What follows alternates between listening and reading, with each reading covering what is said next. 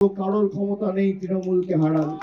নির্বাচন কমিশনকে ব্যবহার করে নির্বাচন করে তাদেরকে চ্যালেঞ্জ, মানুষের শক্তির কাছে আগামী দিন মাথা নত করতে হবে, কারোর বাবা বাঁচাবে না। যত চোর চিটিংবাজ, 2 নম্বরী, বেঈমান, গদ্দার, মির্জাফর, মাতাল, ভুইফোড়, পাতাখোর সব বিজেপিতে।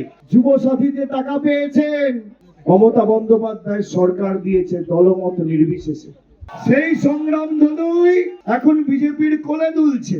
আমাদের মাছ খেলে প্রধানমন্ত্রী মুঘল বলেছিল, বিজেপির কোন নেতা প্রতিবাদ করেছিল? যারা মাছ খেলে বাঙালিকে মুঘল বলে, তারা মৎস্যজীবীদের কথা, মৎস্যজীবীদের উন্নয়ন কোনদিন করতে পারে? তৃণমূলকে এবার 25,000-এর বেশি ব্যবধানে ময়না থেকে জেতান। যখন চন্দন মণ্ডল জিতবে 25,000-এর বেশি ব্যবধানে। জয় বাংলা।